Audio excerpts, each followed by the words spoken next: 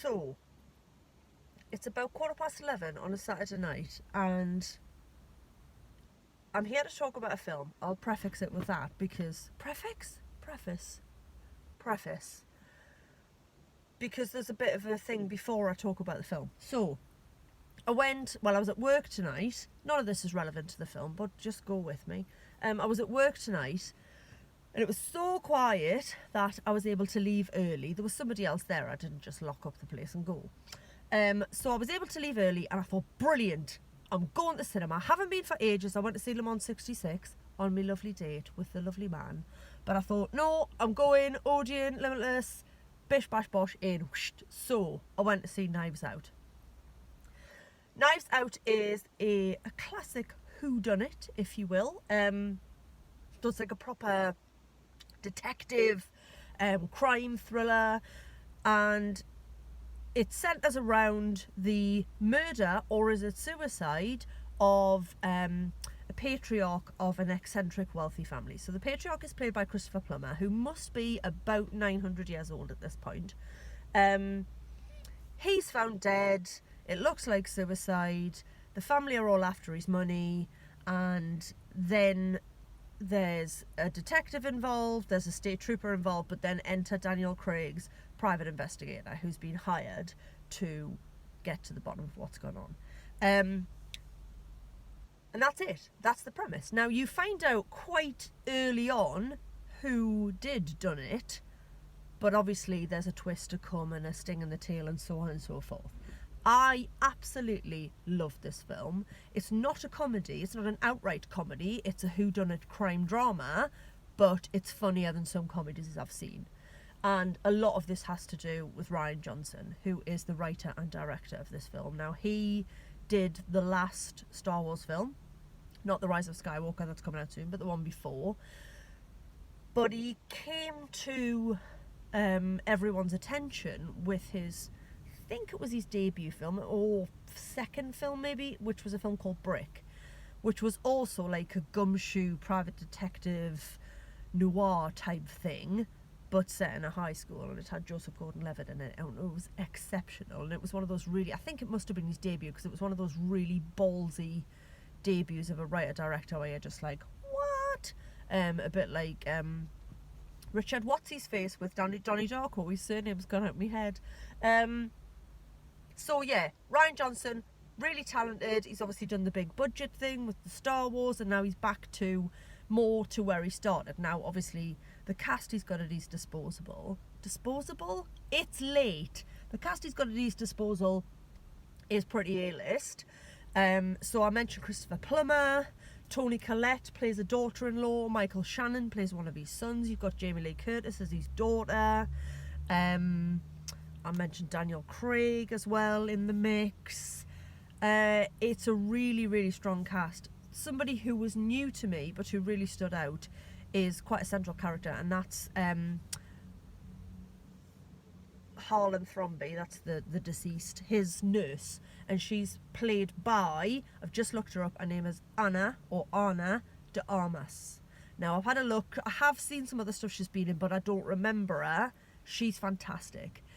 She's got an incredible face, does a lot with that, with her expressions, and yeah, she was really sort of magnetic. She was a really strong presence. Like I say, you're batting against all these really heavy hitter A-listers. Daniel Craig looked like he was having the most fun ever. People have talked about his southern accent being dreadful. I thought it was really good. I genuinely enjoyed it. He was having so much fun. And the one cast member I didn't mention, who was also absolutely superb, is the wonderful Chris Evans. Now, having watched him play Cap, or Captain America, Steve Rogers, for the last decade, to see him play a spoilt, privileged, rich boy, well, arsehole basically, was just a joy. He was so good. He was so good at being awful and badly behaved and rude and arrogant and smug. This film also features a really crap fight between two grown men, and I saw Le Mans 66 was the last film I saw, which also features a really crap fight between two grown men. And I like a good movie fight, That's a rubbish movie fight where it's like that, like them just hitting each other. So there was one of them which I really enjoyed.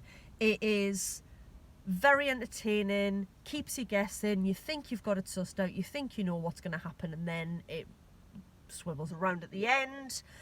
Everybody was at the top of their game, having all the fun with these great roles. Like I say, it felt really gothic. Lots of sort of dramatic violin soundtrack. This wonderful big gothic house, but it was very up to date as well. It was a triumph. I loved it and I'd recommend it. Now, the little epilogue to my story. The screen was quite busy. It was a small screen, but it was packed out. There was good vibes, you know, everybody laughing in the right places. And I came out, obviously I was by myself, and there was these 4, I was going to say kids, they weren't kids, they were probably like in their early 20s. And I heard them asking around for taxi numbers. And I thought, excuse me. I thought, sod it.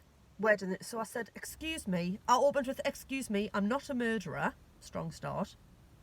Where do you need to go? Because I'll take you. And they were like, oh my God, thank you.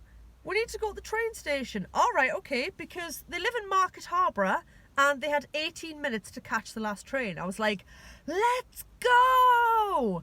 So I ran across the car park. Bearing in mind, I drive a Renault Clio, which transports mainly children, so it's a tip. So I'm throwing car seats in the boot. There was me book of CDs because I live in #the past. That all went in the boot. The fella in the front was about 6 foot tall, so he folded himself in. The other 3 piled in the back. And I drove them to the train station. And I didn't murder them, and they didn't murder me, so everybody was happy. I presume they caught that train. Obviously, I plugged my channel while we were driving, so I picked up a subscriber. Win.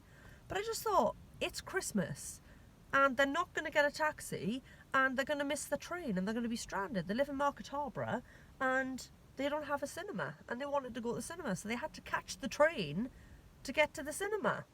So yeah, hopefully Rosa and Cole are safely tucked up on the train now, on their way home to Market Harborough, and they've got a lovely story to tell tomorrow. A, about the great film that they saw, because we chatted about it in the car, they had also enjoyed it, and B, about the random Geordie bird who gave them a lift to the train station.